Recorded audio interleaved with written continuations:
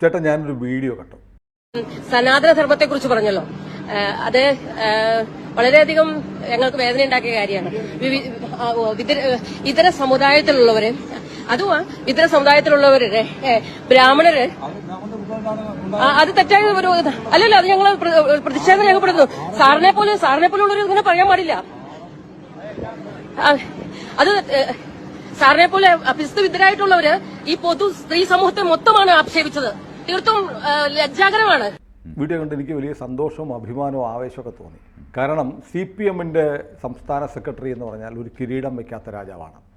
അദ്ദേഹത്തെ വഴിയിൽ തടഞ്ഞു നിർത്തി ചോദ്യം ചെയ്യാൻ കേരളത്തിലെ ഒരു സാധാരണ പ്രജയ്ക്ക് കഴിയുമോ എന്ന് ചോദിച്ചാൽ ഏതാണ്ട് അചിന്ത്യമായ കാര്യമാണ്. പക്ഷേ അത് സംഭവിച്ചു. MV ഗോവിന്ദൻ വന്ദേ ഭാരതിൽ കയറാനായിട്ട് വരികയാണ്. ഒരു സ്ത്രീ അദ്ദേഹത്തെ തടഞ്ഞു നിർത്തി. താങ്കൾ എന്താണ് സനാതനധർമ്മത്തെക്കുറിച്ച് പറഞ്ഞത്? ബ്രാഹ്മണരെല്ലാം ഹിന്ദു സ്ത്രീകളിൽ കുട്ടികളെ ഉണ്ടാക്കുന്ന പരിപാടിയാണ് സനാതനധർമ്മമെന്ന്, ഇത് മുഴുവൻ സ്ത്രീകളെയും ആക്ഷേപിക്കുന്നതാണ് എന്ന് പറഞ്ഞ് എൻ്റെ പ്രതിഷേധം അറിയിക്കുന്നു എന്ന് പറഞ്ഞ് ഒരു ഹിന്ദു സ്ത്രീ പൊട്ടിത്തെറിച്ചു. ഒന്നും പറയാനില്ലാതെ MV ഗോവിന്ദൻ ഓടി വന്ദേ ഭാരതിൽ കയറി സ്ഥലം വിട്ടു. എന്ത് പറയും? ഇതൊക്കെ അത് വായിൽ നിന്ന് ഇങ്ങനെയൊക്കെ വീഴുന്നതിന് മുമ്പ് ആലോചിക്കണം.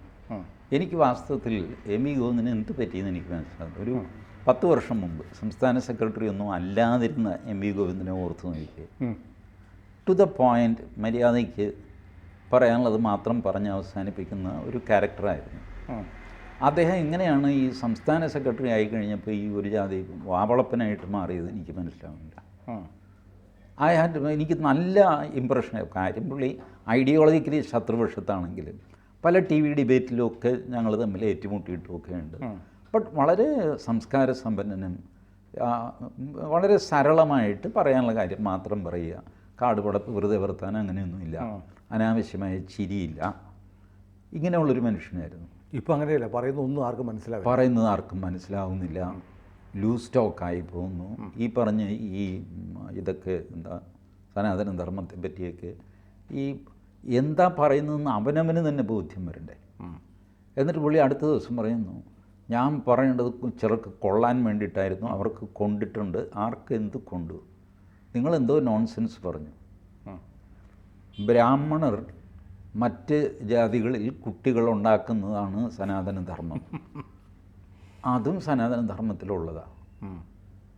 ബ്രാഹ്മണർ മറ്റ് ജാതിയിൽ നിന്ന് കല്യാണം കഴിക്കും, മറ്റ് ജാതിയിൽ നിന്ന് ബ്രാഹ്മണരെ കല്യാണം കഴിക്കും. ഇതൊക്കെ സനാതനധർമ്മത്തിലുള്ളതാണ്.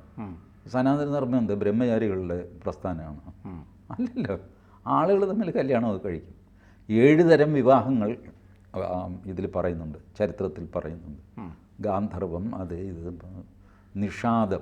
നിഷാദമെന്നോ പൈശാചമെന്നോ തട്ടിക്കൊണ്ടുപോയി കല്യാണം കഴിക്കുക. അച്ഛൻ അപ്പുറത്ത് തേങ്ങ ഇടുന്ന സ്ഥലത്ത് പോയി കഴിയുമ്പോൾ മകളെയും കൊണ്ട് ഇവൻ ടാക്സി കൊണ്ടുവന്ന് വാതൊക്കെ നിർത്തിയിട്ട് കയറിക്കൊടി.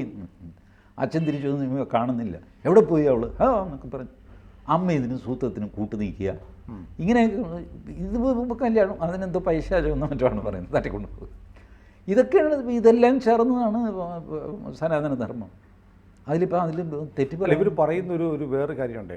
പണ്ട് കാലത്തൊക്കെ ഈ വീടുകളുടെ പുറത്ത് കിണ്ടി ഉണ്ടോ എന്ന് നോക്കും, അകത്ത് നമ്പൂതിരി ഉണ്ടോ, അങ്ങനെ ഒരു സംബന്ധം എന്ന് പറഞ്ഞൊരു സാധനം പറഞ്ഞ് കുറേ കാലമായി ആക്ഷേപിക്കുന്നു. അതായിരിക്കും ഗോവിന്ദൻ ഉദ്ദേശിച്ചത്. അല്ല, അത് ഉദ്ദേശിച്ചത് എന്തെങ്കിലും ഇപ്പം അങ്ങനെ ഒരു സംഭവം ഉണ്ടായിരുന്നോ? പറഞ്ഞതിനല്ലേ നമുക്ക് മറുപടി പറയാൻ പറ്റുള്ളൂ. അങ്ങനെ ഹിന്ദുക്കൾ മുഴുവൻ അങ്ങനെ ചെയ്യുന്നവരായിരുന്നോ? എനിക്കറിഞ്ഞൂടാ. കാരണം ഇവർ ഓരോ പരിപാടി അങ്ങനെ അങ്ങ് പറഞ്ഞു വെച്ച് കഴിഞ്ഞാൽ എന്താ ചെയ്യും. ശശി തരൂരാണ് അത് ആദ്യം എഴുതിയത്. അത് ചെരുപ്പ് കണ്ടിട്ടാണ് ഇത് തീരുമാനിക്കുന്നത് എന്നൊക്കെ പറഞ്ഞിട്ട്. പഴയ കമ്മ്യൂണിൻ്റെ ഓർമ്മയായിരിക്കും. അപ്പോൾ ആരോ പറഞ്ഞു അന്നത്തെ കാലത്ത് ചെരുപ്പില്ല, മെതിയടിയൊക്കെ ആയിരിക്കും. അപ്പോൾ പുള്ളി മെതിയടി എന്ന് പറയുന്നത് തന്നെ അത്യപൂർവം ആൾക്കാർ ഉപയോഗിക്കുന്നതാണ്. അത്യപൂർവം അസാമാന്യമായ ഭൂസ്വത്വം സംഗതിയൊക്കെയുള്ള വലിയ കാർന്നവർ പുള്ളി മെതിയടി, തച്ചോളി ഉദയനൻ മെതിയടി, ഇതൊക്കെ. അല്ലാതെ സാധാരണക്കാർ മെതിയടി ഉപയോഗിക്കില്ല. അങ്ങനൊരു സ്വഭാവമേ ഇല്ല. ഞാൻ ചെരുപ്പിട്ട് തുടങ്ങുന്നത് 1966 റബ്ബർ കൊണ്ടുള്ള ചെരുപ്പ് വാങ്ങാൻ കടയിൽ കിട്ടുന്നത് 1966. അന്ന് അച്ഛനുമായിട്ട് വലിയ ഒരു പ്ലാസി യുദ്ധം തന്നെ എനിക്ക് നടത്തേണ്ടി വന്നു. ചെരുപ്പ് കാരണം വാങ്ങാൻ. അച്ഛൻ പറയുന്നത് ഇത് യൂസ് ചെയ്ത് എന്ത് കാര്യം, എന്ത് പറ്റിയെന്നാണ്. ഇവിടെ ഒരു കുഴപ്പമില്ല, ഇത്രയും മനുഷ്യർ നടക്കുന്നു, നിനക്കെന്താ? അത് ഞാൻ പറഞ്ഞു അങ്ങനെയല്ല, ചെരുപ്പ് വേണം, ചെരുപ്പ് വേണം, കിരി കിരി കിരി കിരി എന്ന് പറഞ്ഞാൽ അവസാനം ഈ റബ്ബർ ചെരുപ്പ് അത് മാത്രമേ കിട്ടാനുള്ളൂ. അതൊക്കെ റബ്ബർ ചെരുപ്പുണ്ടല്ലോ, വള്ളി ചെരുപ്പ്, സ്ലിപ്പർ. അതാണ് ആകെയുള്ള ചെരുപ്പ്, അത് മാത്രമേ ഉള്ളൂ. അത് ഇടുന്നവൻ 5 സ്റ്റാറുകാരനാണ്. അത് വാങ്ങിച്ചു വിട്ടു എന്നൊക്കെ പറഞ്ഞു. ഞാൻ 2ാം ക്ലാസ്സിന് മറ്റേ ഇത് ഇട്ടുകൊണ്ട് പോയി കഴിഞ്ഞപ്പോൾ ഞാൻ അങ്ങോട്ട് തന്നെ രാജാവായി പോയി ക്ലാസ്സിൽ. സാറ് തന്നെ എന്നോട് ചോദിച്ചു, സാറിന് ചെരുപ്പില്ല? ഇല്ല. ഞാൻ 4ാം ക്ലാസ്സിൽ പഠിക്കുമ്പോൾ ആണ് എൻ്റെ സാറ് ചെരുപ്പ് മേടിക്കുന്നത്, എന്നെ പഠിപ്പിക്കുന്നത് സാറ്. അത് കുട്ടി ഇട്ടുകൊണ്ട് വരുമ്പോൾ സാറ് വാങ്ങാതിരിക്കും മോശമല്ലേ? അല്ല, അത് വലിയ കാര്യമായിട്ടൊന്നും കരുതിയില്ല. ഒരു പൊങ്ങച്ചത്തിൻ്റെ സിമ്പലായിട്ട് ചെരുപ്പ് ഈ രീതിയിലാണ് ആൾക്കാർ കണ്ടത്. അതുകൊണ്ട് ആദ്യം ഒരു കൗതുകമൊക്കെ തോന്നി. പിന്നെ എനിക്കും ഇത് ശല്യമായി ഓടിക്കളിക്കാനും പഠിക്കാനും ഇത് പറ്റില്ലല്ലോ.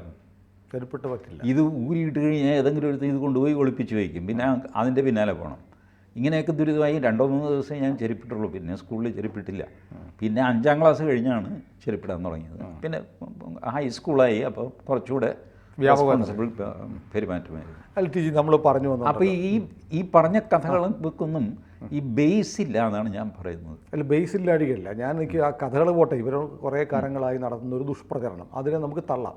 പക്ഷേ CPM-ൻ്റെ ഒരു സംസ്ഥാന സെക്രട്ടറിയെ വഴിയെ തടഞ്ഞു നിർത്തി കേരളത്തിലെ ഒരു അബലയായ സ്ത്രീക്ക് ഇങ്ങനെ നിങ്ങൾ ഞങ്ങളെ അപമാനിച്ചിരിക്കുന്നു, നിങ്ങളെപ്പോലെ വിദ്യാഭ്യാസമുള്ളവർ ഇങ്ങനെ സംസാരിക്കുന്നത് വളരെ മോശമാണ്, സ്ത്രീ സമൂഹത്തെ അപമാനിക്കുകയാണ് എന്ന് മുഖത്ത് നോക്കി വിരൽ ചൂണ്ടി പറയാനുള്ള ഒരു തൻ്റെ ഇടം കേരളത്തിലെ സ്ത്രീക്ക് ഉണ്ടായിരിക്കും. ആ സ്ത്രീക്ക് ധീരതയ്ക്കുള്ള അവാർഡ് കൊടുക്കണം. അർജുന അവാർഡ്. അർജുനൻ പുരുഷനാണ്. സ്പോർട്സിനോട് മറ്റേ ധീരതയ്ക്കുള്ള അവാർഡുണ്ട്. ധീരതയ്ക്കൊരു അവാർഡുണ്ട്, അതിന് പേര് അങ്ങനെ എന്തെങ്കിലും കൊടുക്കണം. കാരണം ഈ CPM സെക്രട്ടറിയെ തടഞ്ഞു നിർത്തി സംസാരിക്കുക എന്ന് പറഞ്ഞാൽ CPM-കാർ കൈകാര്യം ചെയ്യും. അവരെ ഇപ്പോഴത്തന്നെ ആ സ്ത്രീക്ക് എന്തെങ്കിലും സെക്യൂരിറ്റിയോ വല്ലതും കൊടുക്കണം നാട്ടുകാർ. അവർ കൈവയ്ക്കും. You don't know CPM. അയ്യോ, അവരുടെ സംസ്ഥാന സെക്രട്ടറിയോട് നേർക്ക് നേർ നിന്ന്, അല്ലെങ്കിൽ കൂടെ നടന്നുകൊണ്ട്, അല്ലെങ്കിൽ പുറകെ നടന്നുകൊണ്ട് ഇത് ചലഞ്ച് ചെയ്യുക, അദ്ദേഹം മറുപടി ഇല്ലാതെ എങ്ങനെയെങ്കിലും ഊരി. വീഡിയോ ഉണ്ടല്ലോ, വീഡിയോ നമുക്ക് പ്രേക്ഷകരെ കാണിക്കാം. അദ്ദേഹം അസ്വസ്ഥനാകുന്നു. കാരണം ഈ പറഞ്ഞതിൻ്റെ ഡയമെൻഷൻ ആ മനുഷ്യന് മനസ്സിലായിട്ടില്ല. ഞാൻ അദ്ദേഹത്തിന് സംശയത്തിൻ്റെ ആനുകൂല്യം കൊടുക്കാൻ തയ്യാറാണ്. ഞാൻ പറഞ്ഞില്ലേ, ഈ ഒരു നെഗറ്റീവ് അർത്ഥത്തിലില്ല, ഒരുപാട് ഇങ്ങനെ വളവളാന്ന് സംസാരിക്കുന്നവരെ വാവളപ്പൻ എന്ന് പറയും തിരുവിതാംകൂർ ഭാഗത്ത്, പ്രത്യേകിച്ച് മാവേലിക്കര, ചെങ്ങന്നൂർ ഭാഗത്തൊക്കെ വാവളപ്പൻ. അപ്പോൾ ഇങ്ങനെ പറഞ്ഞു പോയതാണ്. He never meant what he said. ഗോവിന്ദമാഴ തന്നെ ഞാൻ പറഞ്ഞത് എന്താണെന്ന്, അത് കഴിഞ്ഞിട്ട് ആ വീണടം വിദ്യയൊക്കെ കൊണ്ടാണ് ചിലർക്കൊക്കെ കൊള്ളാനുണ്ടായിരുന്നു, അവർക്ക് കൊണ്ടിട്ടുണ്ടെന്ന്. എവിടെ കൊണ്ടുവന്നാണ്? ബ്രാഹ്മണരല്ലാത്തവരെ കല്യാണം കഴിച്ച് ആർക്കെവിടെ കൊള്ളാൻ? എത്രയോ പേര് കല്യാണം കഴിക്കുന്നു, തിരിച്ചും കല്യാണം കഴിക്കുന്നുണ്ട്. ബ്രാഹ്മണ സ്ത്രീ പോയിട്ട് ശൂദ്രനെ കല്യാണം കഴിക്കുന്നുണ്ട് റിസർവേഷൻ കിട്ടാനായിട്ട്. എനിക്ക് നേരിട്ട ഒരു സംഭവം. ഇതെന്തിനാന്ന് ചോദിച്ചു കഴിഞ്ഞപ്പോൾ റിസർവേഷൻ കിട്ടാൻ. ഭർത്താവ് ഷെഡ്യൂൾഡ് കാസ്റ്റ് ആണെങ്കിൽ മക്കളെ ഷെഡ്യൂൾഡ് കാസ്റ്റായിട്ട് കൂട്ടും. അപ്പോൾ ഇപ്പോൾ ഇവർ നോക്കിക്കഴിഞ്ഞപ്പോൾ കൊള്ളാം. പിന്നെ മിശ്ര വിവാഹത്തിൻ്റെ എന്തോ ആനുകൂല്യമൊക്കെ ഉണ്ട്, അത് കിട്ടും. ട്രാൻസ്ഫർ അത് ഇതൊക്കെ വരുമ്പോൾ ഭാര്യയും ഭർത്താവിനെ ഒരുമിച്ച് ട്രാൻസ്ഫർ ചെയ്യുള്ളൂ. അപ്പോൾ ഇവർ നോക്കുമ്പോൾ മൊത്തത്തിൽ ഈ കച്ചവടം നല്ല ലാഭമാണ്. അങ്ങനെ ഷെഡ്യൂൾഡ് കാസ്റ്റിനെ കല്യാണം കഴിച്ചത്. ഇത് സനാതന ധർമ്മമല്ലേ എന്ന് ചോദിച്ചാൽ ആണ്. ഇതുമൊക്കെ ചേർന്നതാണ് സനാതന ധർമ്മം. കാൽക്കുലേറ്റ് ചെയ്ത് കല്യാണം കഴിക്കുക, കുട്ടിക്കിട്ട് പിടിക്കുക, വണ്ടിയിൽ കയറ്റി അടിച്ചു മാറ്റുക, ഇതെല്ലാം സനാതന ധർമ്മത്തിലുള്ളത്. സനാതന ധർമ്മം എന്ന് പറഞ്ഞാൽ മുഴുവൻ നല്ല കാര്യങ്ങളല്ല, അതിനകത്ത് നമ്മുടെ സംസ്കാരത്തിൻ്റെ ചീത്തവശങ്ങളുമുണ്ട്. പക്ഷെ അത് ധർമ്മമല്ല, സംസ്കാരത്തിൻ്റെ മോശമാണ്. അപ്പം നമ്മുടെ സംസ്കാരത്തിൽ ഈ ഓപ്പണായിട്ട് മൂത്രം ഒഴിക്കുന്ന വേറെ രാജ്യമുണ്ടോ? എനിക്ക് സംശയമുണ്ട്. ഞാൻ ഭാരതീയ സംസ്കാരം എവിടെ തീരുന്നു, മറ്റ് സംസ്കാരം എവിടെ തുടങ്ങുന്നു, ഇതിനൊരു അന്വേഷണം നടത്തി പല വിദഗ്ധന്മാരോടും ചോദിച്ചു, ആർക്കും അറിഞ്ഞുകൂടാ. ഒരാൾ പറഞ്ഞു, മോഹൻദാസ് നേരെ അങ്ങ് നടക്കുക, നമ്മുടെ പഞ്ചാബും കഴിഞ്ഞ് പാകിസ്ഥാനിലേക്ക് കയറി അഫ്ഗാനിസ്ഥാനിൽ അങ്ങനെ അങ്ങ് നടക്കുക. എവിടെയെങ്കിലും ഒരു സ്ഥലത്ത് വെച്ച് ഈ വഴിയിൽ മൂത്രം ഒഴിക്കുന്നവരെ കാണാതെയാകും. ഒരു ഇലക്ട്രിക് പോസ്റ്റ് കണ്ടു കഴിഞ്ഞാൽ അവിടെ മൂത്രം ഒഴിക്കും. ഇവരെ കാണാതെയാകും. അവിടെ ഭാരതീയ സംസ്കാരം തീർന്നവസാനിക്കും. സംസ്കാരത്തിൻ്റെ അളവ് പോലും പലപ്പോഴും നെഗറ്റീവ് സാധനങ്ങളും കൂടിയാണ്, പോസിറ്റീവ് മാത്രമല്ല. പോസിറ്റീവ് വെച്ച് നമുക്ക് അളക്കാൻ പറ്റുന്നില്ലെങ്കിൽ ഇതുപോലത്തെ നെഗറ്റീവ്സ് വെച്ച് നമുക്ക് അളക്കാം. ഭാരതീയ സംസ്കാരത്തിന് അതിൻ്റെ നെഗറ്റീവ്സും ഉണ്ട്. അപ്പോൾ ഉണ്ടായിരുന്നു, അത് നമ്മൾ കുറേശ്ശെ മാറ്റിക്കൊണ്ടുവരുന്നുണ്ട്. സനാതന ധർമ്മത്തിൽ ഈ പറയുന്ന പോലെ ധർമ്മമല്ലാതെ അധർമ്മവും ധർമ്മമാണെന്ന് കരുതി ആൾക്കാർ അനുഷ്ഠിക്കാറുണ്ട്. അതാണ് അനാചാരം എന്ന് പറയുന്നത്. അനാചാരം, ദുരാചാരം, അത്യാചാരം, ഇതൊക്കെ ഓരോന്നോരോന്നായിട്ട് നീക്കി വരികയാണ്. സമൂഹത്തിൻ്റെ മൂല്യങ്ങളും മാറി മാറി വരുന്നു. ഇപ്പം മരുമക്കത്തായ മഹാമോശമാണെന്ന് പറഞ്ഞുകൊണ്ടാണ് അത് നിർത്തലാക്കിയത്. എന്നിട്ടൊരു പാട്രിയാർക്കിയാക്കി. ഇപ്പോൾ എല്ലാവരും കൂടെ കരയുന്നത് സ്ത്രീകൾക്ക് വലിയ പ്രാധാന്യമുള്ള സിസ്റ്റമായിരുന്നു അത്. ആയിരുന്നെങ്കിൽ നിർത്തിയത് എന്തിനാണപ്പം? ഈ സാധനം നിർത്തി 1976 അത് കാലമൊന്നും ആയിട്ടില്ല. ശരിയാ എന്നൊക്കെ പറഞ്ഞ് ഇപ്പം നിലവിളിക്കുന്നു. അതുവരെ കേരളത്തിലെ മുസ്ലിങ്ങൾ കഴിഞ്ഞത് എങ്ങനെയാണ്? അളിയ സന്താന ആക്ട്, മലബാർ മാപ്പിള ആക്ട്, ഇതൊക്കെ വെച്ചിട്ടാണ് അവരുടെ സ്വത്ത് വിഭജനം ഇതൊക്കെ തീരുമാനിച്ചുകൊണ്ട് ആർക്കും ഒരു കുഴപ്പമുണ്ടായിരുന്നില്ല. 1961 മുഹമ്മദൻ ലോ കേരളത്തിലെ മുസ്ലിങ്ങൾക്ക് ആപ്ലിക്കബിളാക്കി നോട്ടിഫിക്കേഷൻ ഇറങ്ങുന്നത്. ഇവർ പറയുന്നത് എന്തോ മുഹമ്മദ് നബി ജനിച്ച കാലം മുതൽ ഞങ്ങൾ ശരിയായാലാണ്. ഒന്നുമല്ല, മിനിഞ്ഞാന്ന് വരെ നിങ്ങൾ സാധാരണ നിയമങ്ങളുടെ കീഴിലായിരുന്നു. നിങ്ങൾക്ക് വേണ്ടി ഒരു നിയമം ഉണ്ടായിരുന്നു, മാപ്പിള മരുമക്കത്തായ ആക്ട്. മറ്റത് ഹിന്ദു മരുമക്കത്തായ ആക്ട്. മരുമക്കത്തായത്തിൽ പെടാത്ത ഹിന്ദുക്കൾ വേറെ. അന്നുമൊക്കെ ആൾക്കാർ ജീവിച്ചില്ലേ, സ്വത്ത് ഭാഗം ചെയ്തില്ലേ, സ്ത്രീകൾ കൂടുതൽ പ്രാമുഖ്യം ഉണ്ടായിരുന്നില്ലേ? കാലം പോകെയാണ് ഇതില്ലാതായി വരുന്നത്. ഭർത്താവിൻ്റെ പേര് ചുമന്നുകൊണ്ട് നടക്കേണ്ട ഗതികേട് കേരളത്തിലെ സ്ത്രീകൾക്ക് ഉണ്ടായത് ഈ സ്വാതന്ത്ര്യം കിട്ടി എത്രയോ കാലം കഴിഞ്ഞിട്ടാണ്. അതുവരെ ജലജ തമ്പുരാട്ടി അല്ലെങ്കിൽ ജലജ കുഞ്ഞമ്മ ഇങ്ങനെയൊക്കെ ഇരിക്കും. ഇപ്പോഴാണ് ജലജ രാമേന്ദ്രനായത്. ഗീത രാജനോട്ട് ചെയ്യുക. ഗീത രാജനോട്ട് ചെയ്യുക. അത് നേരിട്ട് രാജനോട് പറഞ്ഞാൽ പോരെ, മതിലെ എഴുതി വെക്കേണ്ട കാര്യമുണ്ടോ? നേരത്തെ ഈ ഗീതാരാജനും ഗോപികാകൃഷ്ണനും ഒക്കെ ഉണ്ടായത് വളരെ ലേറ്റർ ഓണാണ്. ഭർത്താവിൻ്റെ പേരും കൊണ്ട് ഭാര്യമാർ നടക്കുന്ന സമ്പ്രദായം കേരളത്തിലില്ല. ടി.ജി, നമ്മൾ ഈ പറഞ്ഞ ഈ യുവതി സ്ത്രീ ആരാണെന്ന് നമുക്കറിയില്ല. നമ്മൾ വീഡിയോ കണ്ടു, അതിനെ ആധാരമാക്കി നമ്മൾ സംസാരിക്കുന്നത്. അത് കേരളത്തിൽ ഹിന്ദു സമൂഹത്തിൽ ഉണ്ടായി വരുന്ന ഒരു മാറ്റത്തിൻ്റെ സൂചനയാണോ? തീർച്ചയായിട്ടും. എത്ര കൊമ്പനാണേലും കണ്ടാൽ ഇത് ചോദ്യം ചെയ്യാനുള്ള ധൈര്യം ഹിന്ദുവിനുണ്ടായി.